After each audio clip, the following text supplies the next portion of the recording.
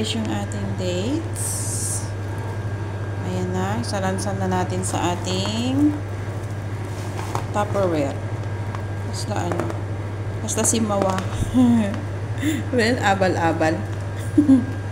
Nabis ko tuloy, abal-abal. Ayan guys. Pake na natin para may ilagay sa box. Kung yung may maitim-itim, ano yon? Yun yung red na dates yun. Hindi yun sira, red yun na kulay. Tapos itong yellow naman, itong mga ganitong kulay brown, ito yung mga dilaw. Okay? Akala nyo sira? Hindi yung sira. Yun ay red na dates. Yung brown is kulay yellow. Ayan guys, ang ating dates for today. Na-dry na siya. Sa sobrang init ba naman dito, di syempre. Drinay ko siyang mabuti kasi bago ko siya ilagay sa rep. Hindi man nasisira to, basta wag lang ilagay sa mainit na lugar pag naka-Tupperware na. Pero ako, syempre, matagal pa naman ako mag-send. Kaya, ilagay ko siya sa rep. Oh, ito, parang ito, hindi to sira. Ito kasi yung red na dates, kaya black siya. Ayan, guys. Ayan, guys. Salansan natin. Ito yung Tupperware ko. Kung hindi lang ako nangihinayang, hindi ako magdra-dry. Nangihinayang kasi ako. Yung hinog na siya. Nakakapanghinayang. Kaya sabi ko mag-dry na lang ako. Ayan guys. Lagyan na natin dito. Hindi ko na siya ayusin. Basta ganyan lang siya. Lagay na lang ng lagay.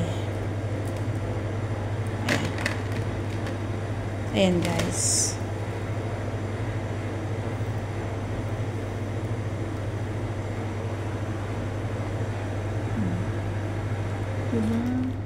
Pag kumain kasi kayo dito, mga mga 5, 6 sa isang araw.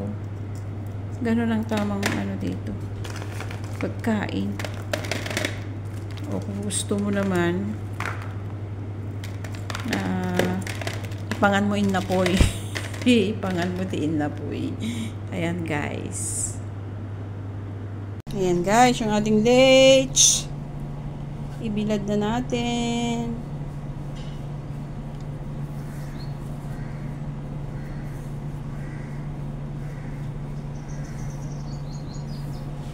Tapos takloban natin siya para hindi siya maalikabukan. Kasi maalikabok dito ngayon. Ayan guys. Diba? Ayan. Ayan na yung ating dates. Ayan. Nakataklob na siya. Tinakloban ko siya para. Ito naman yung incoming. Saka yan bukas. Or pag nakata-dry na ito, hugasan ko naman yan. Kasi yan na yung dry. Ito hindi pa gaan.